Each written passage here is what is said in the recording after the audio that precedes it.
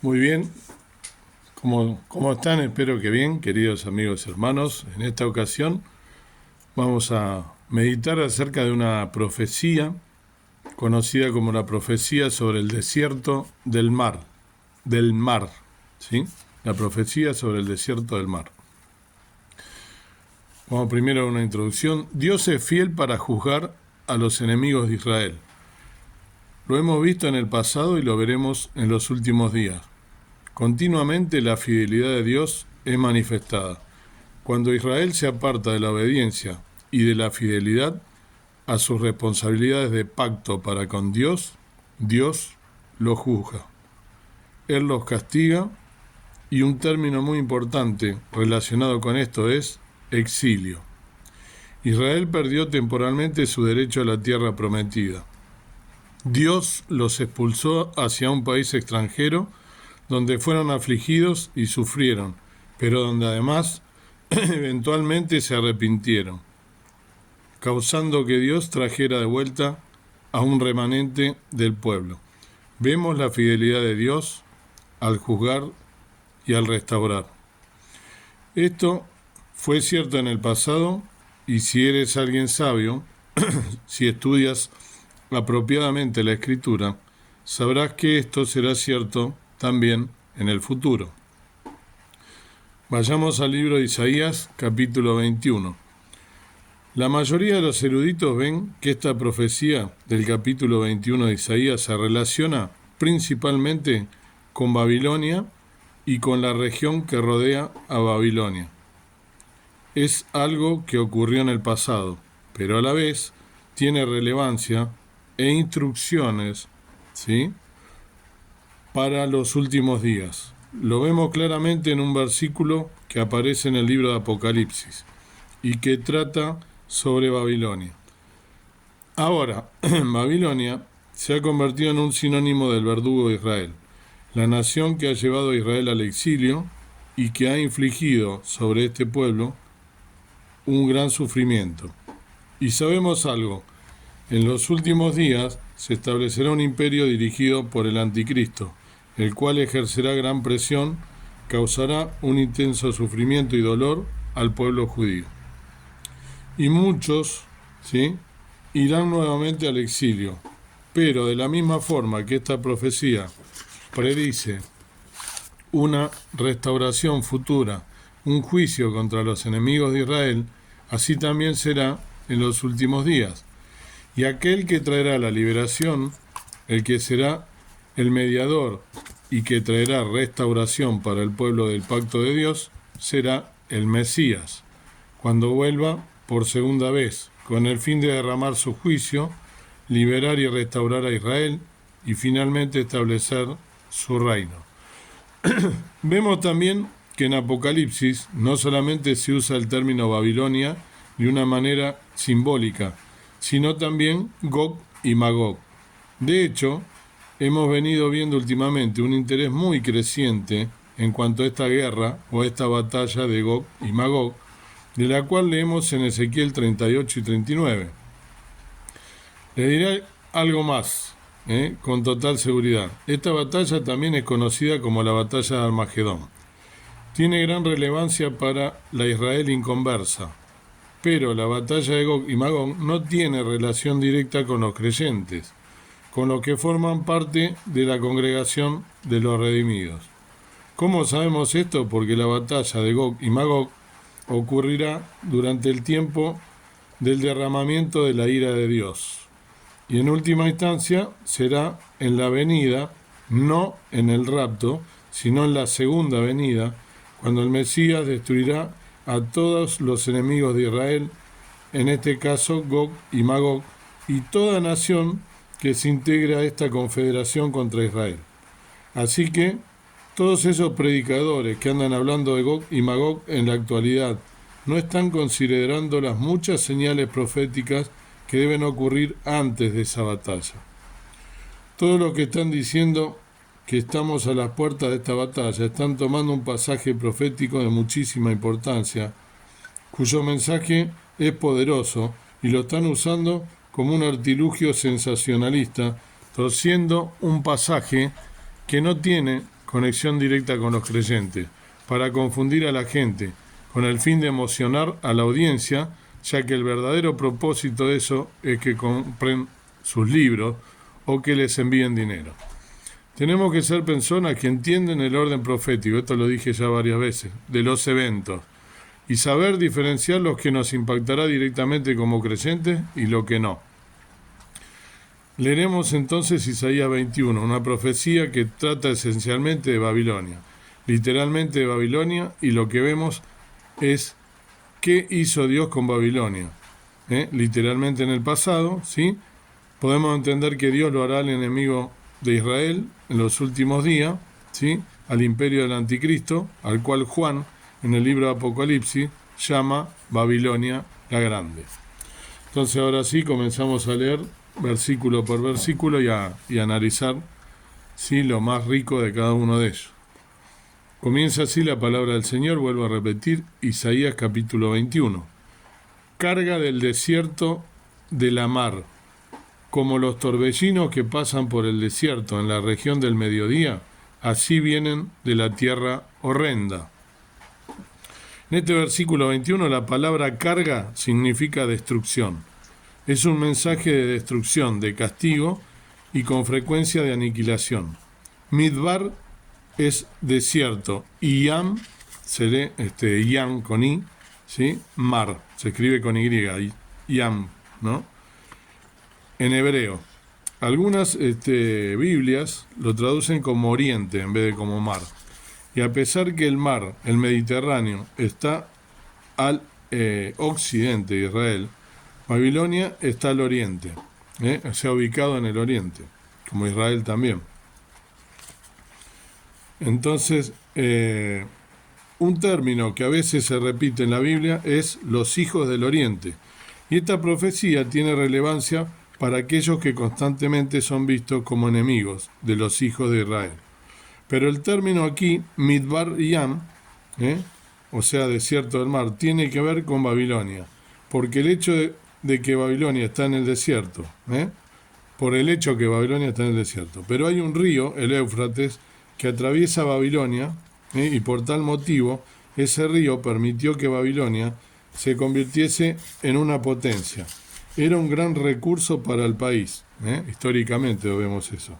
Así que cuando dice el desierto del mar, este río era tan vasto e influyente que era como si tuvieran un mar dentro de su frontera.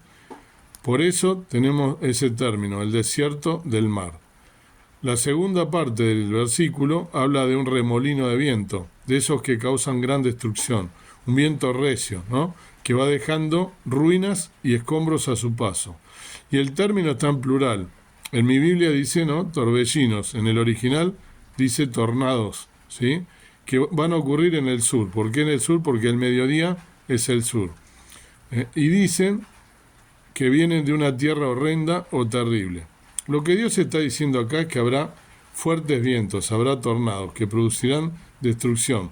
Pero, según los eruditos, que estos tornados no son un fenómeno meteorológico, un torbellino, un tornado como conocemos nosotros, ¿no?, sino que son causados por el polvo. Son como una tormenta que se genera debido a que un vasto ejército va marchando. Cuando un ejército marcha a la guerra, con sus carrozas y soldados, con sus caballos y jinetes cabalgando, todo eso levanta polvo. Así que se produce una especie de tornado o de tormenta, como un torbellino. Esta profecía, como vemos, no habla de un fenómeno meteorológico, sino de una fuerte invasión militar que viene hacia Babilonia. Continuamos, versículo 2. Visión dura me ha sido mostrada. El prevaricador prevarica y el destructor destruye. Sube, persa, cerca, medo, todo su gemido hice cesar. Visión dura, en hebreo, kashem, difícil, dura o fuerte. Prevaricador sería algo así como traidor en este caso, ¿no? Dice, el traidor traicionará, pero también es falto de fe. Es alguien que practica la deslealtad. Y el destructor, en el original, está como saqueador. Significa que el que saquea experimentará el saqueo. ¿Y cómo será? Dice, sube Elam, que es persa, que es un imperio cercano a Babilonia. Y también dice Madai, que son los medos, ¿no? Cerca de cercar, de sitiar, ¿no? Estos dos imperios, medos y persas, montarán sitios sobre Babilonia para destruirla. Y esto efectivamente es lo que ocurrió en el año 539 a.C. Lo que Dios está diciendo es que de la misma forma como fue fiel para traer el juicio sobre Babilonia debido a su duro trato en contra de la nación de Judá, asimismo también, esta es la implicación, podemos anticipar que Dios lo hará de nuevo en los últimos días. Al final dice, todo gemido hice cesar, lo cual se refiere a que los israelitas dejarán de gemir a causa de Babilonia por haber sido esta sitiada y caída a mano de medos y persas, lo cual trae liberación, y así fue, ya que con Ciro, el rey que fue el que hizo que sitió Babilonia, hizo que Israel saliera de su exilio, y pudo de esa manera Israel regresar a su tierra. Recordemos Daniel, por ejemplo, ¿no? Entre ellos. El regreso a la tierra prometida en los últimos tiempos tiene implicaciones de reino. Versículo 3 dice, por tanto mis lomos se han llenado de dolor, angustias se apoderaron de mí, como angustias de mujer de parto, agobiéme oyendo y al ver heme espantado. Este versículo, lomo sería cintura, ¿no? Isaías está viendo lo que sucedió con Babilonia, la cual le trajo angustia y dolor como el de una mujer cuando da luz, ¿no? Como los dolores de parto. Eso es lo que quiere decir, ¿no? El versículo 4 dice, pasmóse mi corazón, el horror me ha intimidado, la noche de mi deseo se me tornó en espanto. Aquí se ve que Isaías aquí es quien habla o quien transcribe lo que el rey de Babilonia, puede ser que hable Isaías o puede ser que transcriba lo que el rey de Babilonia expresa. Dice, su corazón está confundido, ¿no? El deseo de una noche de baile, o algo así sería, o de festividad, ya que en hebreo se usa para las fiestas de despedidas este término, ¿no? Que está en el original, se transformó en espanto. O sea, la noche de baile o de festejo se transformó en espanto. Es como decir, yo deseaba una celebración y a cambio lo que recibí fue terror y espanto. El versículo 5 dice, pon la mesa, mira de la atalaya, come, bebe, levantaos príncipes, ungid el escudo. Este versículo expresa que el rey estaba comiendo y bebiendo y que desde la atalaya, la torre de vigilancia sería la atalaya, se vio llegar de pronto, sin aviso, mientras estaban comiendo, al enemigo. Por eso dice ungid, poned aceite sería, ¿no? Ungid como cuando se ungía un rey y se le ponía aceite en la cabeza, para que las flechas resbalen, es el hecho de ponerle ungid el escudo, ponerle aceite al escudo para que las flechas del enemigo cuando lleguen resbalen, ¿no? Y así sucederá con el anticristo. Cuando esté viendo que todo va de acuerdo a sus planes, ¿sí? Cuando esté festejando, ¿sí? La victoria, de repente, sin aviso, le sobrevendrá la derrota. Entre los dos versículos puede interpretarse como que el rey estaba celebrando una fiesta o estaba en una celebración cuando desde la atalaya recibió la noticia sobre esta devastación que se aproximaba, llamado a la guerra. Por eso que preparen los escudos con aceite, que los unja. El versículo 6, porque el Señor me dijo así, ve, pon centinela que haga saber lo que viene. Aquí le dice el Señor a Isaías que ponga un centinela, un vigía, ¿sí? En el atalaya, ya que lo que él vea será lo que diga que ve. Después en el versículo 7 dice, y vio un carro de un par de caballeros, un carro de asno y un carro de camello. Luego miró muy más atentamente. Este versículo, lo que ve es un carro, ¿no? Como se escribe, pero lo más importante es la última parte en este versículo. Luego miró muy más atentamente, ¿no? Según los eruditos, significa que esto tiene, como venimos diciendo, implicaciones que van mucho más allá de la caída de Babilonia en ese momento. Por eso dice que mira mucho más allá. Bien, el versículo 8, y gritó como un león, Señor, sobre la atalaya estoy yo continuamente de día y las noches enteras sobre mi guarda. Sabemos que el imperio babilónico está representado, o su símbolo era un león, ¿no? Esto confirma que la profecía era sobre Babilonia. Aquí el profeta dice que de día y de noche está haciendo todo esto, está viendo todo esto, ¿no? Y está ocurriendo, recibiendo revelación. Y el hecho de que diga que todo el día y toda la noche está atento, significa que esto reviste máxima importancia y que contiene conclusiones que van más allá de sus días. Por eso tiene que estar atento. El versículo 9 dice, y he aquí este carro de hombres viene, un par de caballeros. Después habló y dijo, cayó Babilonia, y todos los ídolos de sus dioses quebrantó en tierra. Viene un carro y revela el resultado, ha caído Babilonia, ¿sí? Este mismo versículo fue tomado y lo podemos ver en Apocalipsis 18:2. Lo voy a leer porque antes también hice mención. Apocalipsis 18:2 nos dice así la palabra del Señor.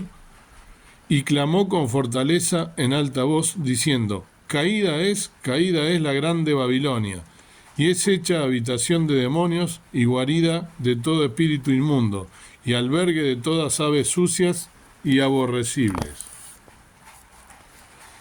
Entonces, una vez más, esto busca mostrarnos que de la misma forma que Dios fue fiel en el pasado para juzgar a los enemigos de Israel, y este juicio produjo su regreso a la tierra, la renovación de las promesas de Dios, las promesas del pacto de Dios, ¿sí?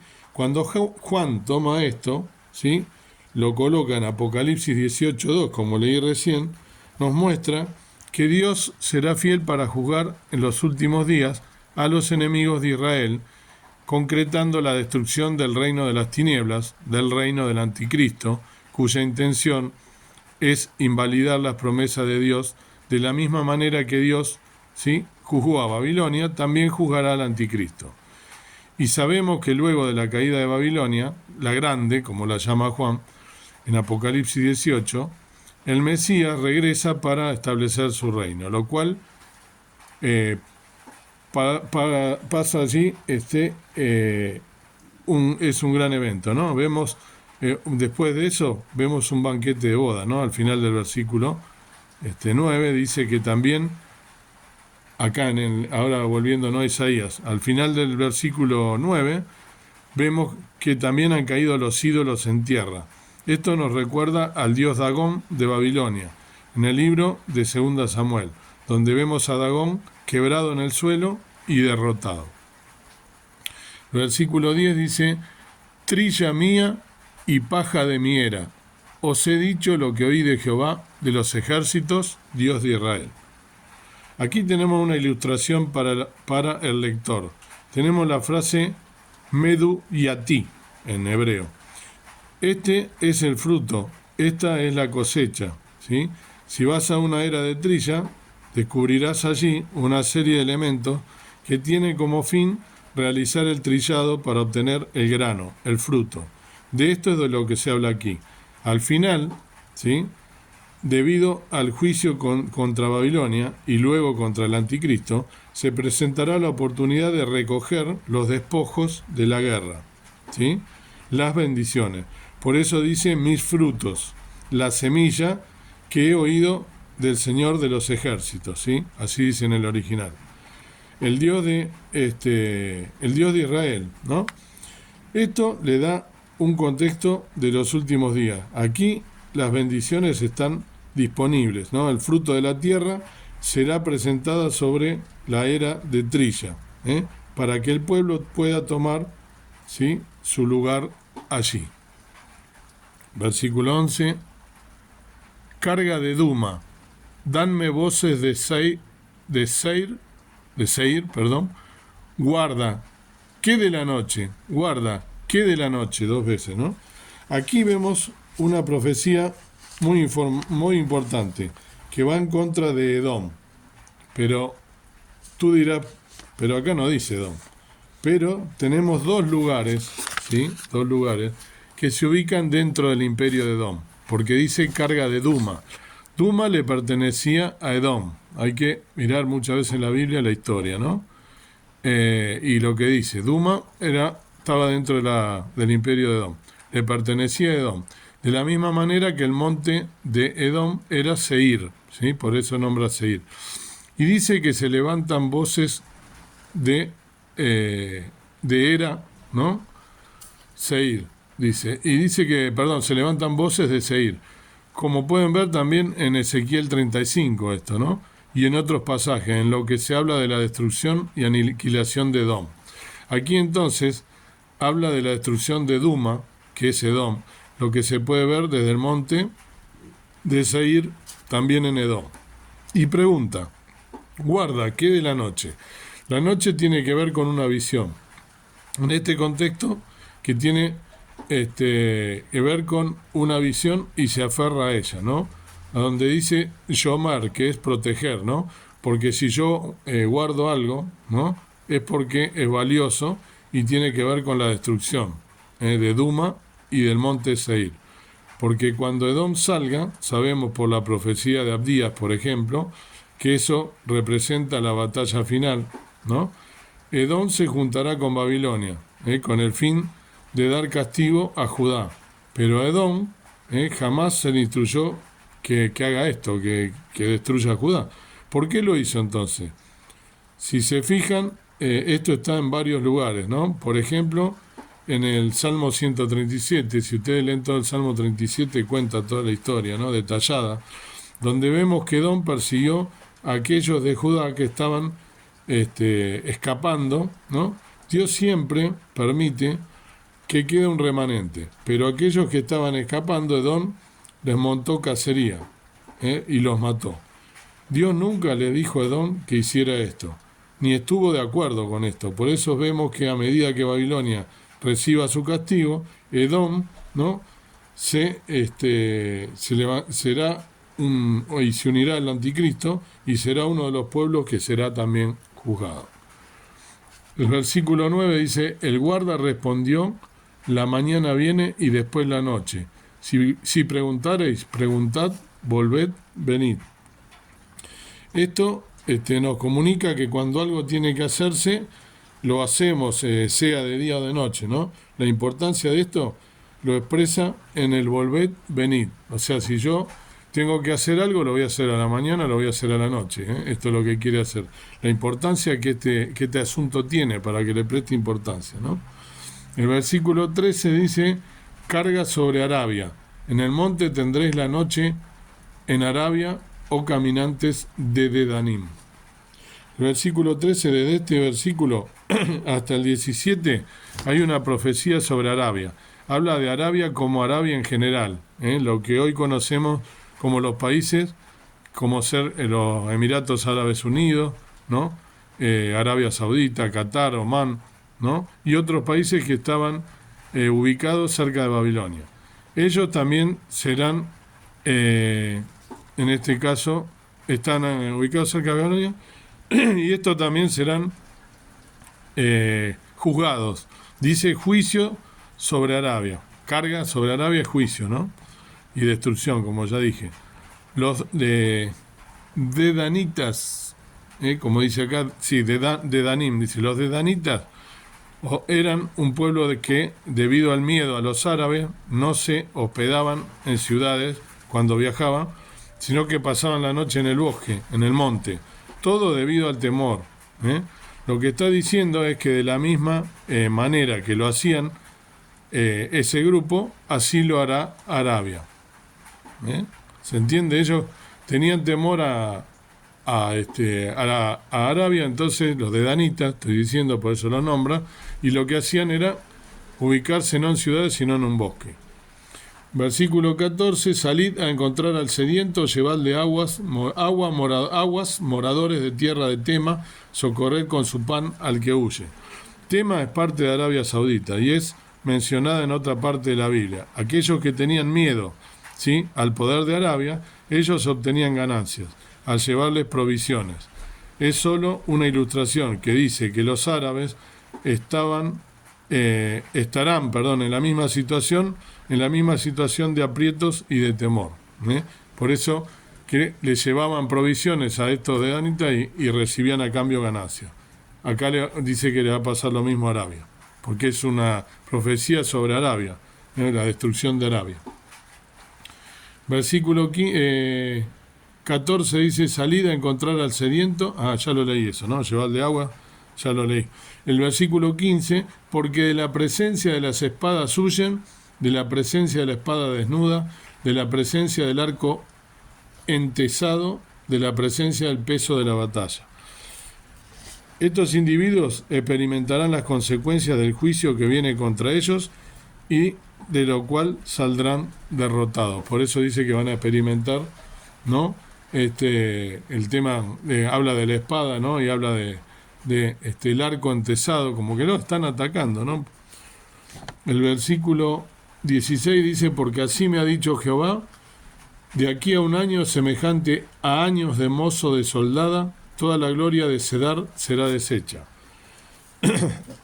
Aquí esta expresión semejante a años de mozo de soldada, años de jornalero en el original, nos habla de algo que es exacto. Cuando Isaías recibió esta profecía, era una profecía que poco después entendería que es contra Babilonia, ¿no? Es un juicio contra Babilonia, estaba a punto de desatarse. Cuando dice como el año del jornalero, ¿no?, indica que cuando nosotros firmamos un contrato, por ejemplo, ¿no?, por cierta cantidad de dinero, digamos que vamos a trabajar un año, por ejemplo, y te pagarán un salario. El día que finalice ese año vas a recibir tu pago y ya no tendrás trabajo. Es un término exacto, ¿no? Tengo un contrato por un año y laburo un año y después ya no tengo más trabajo. Eso es lo que dice aquí. Toda la gloria de Cedar, otro nombre para Arabia. Cedar es el nombre del segundo hijo de Ismael. Está en el libro de Génesis, lo puedes buscar, ¿no? Y está diciendo que no solo los hijos de Ismael, de Cedar, serán juzgados, sino la siguiente generación. Los hijos de Cedar serán, como dice, apocados, ¿no? Dice en el versículo 17, ¿no? Fíjense que dice en el 17, y las reliquias del número de los valientes flecheros, hijos de Cedar, serán apocadas porque Jehová Dios de Israel lo ha dicho. Entonces, en este versículo dice el Señor Jehová, no lo firma Jehová. Entonces dice que en definitiva que Dios cumplirá su profecía y destruirá a los enemigos de Israel en los últimos días para establecer su reino. Entonces acá está diciendo, ¿no?, que a los árabes los va también a destruir. Todo aquel enemigo de Jehová utiliza por eso esta profecía Babilonia simbólicamente, ¿no? Y por eso Juan la toma y lo traslada al Apocalipsis 18:2, donde se habla del imperio del anticristo. Así como destruyó a Babilonia en el pasado, va a destruir Dios a todos los enemigos del pueblo de Israel, ¿no? Y por supuesto al anticristo, que es enemigo del pueblo de Israel y enemigo también de todo el mundo en realidad, ¿no? Por supuesto es utilizado por Satanás, por lo cual es una profecía sumamente importante que debemos tener en cuenta y que debemos analizar para saber qué es lo que le va a suceder al anticristo, ¿no? Y que está profetizado en la Biblia, en este caso en el libro de Isaías.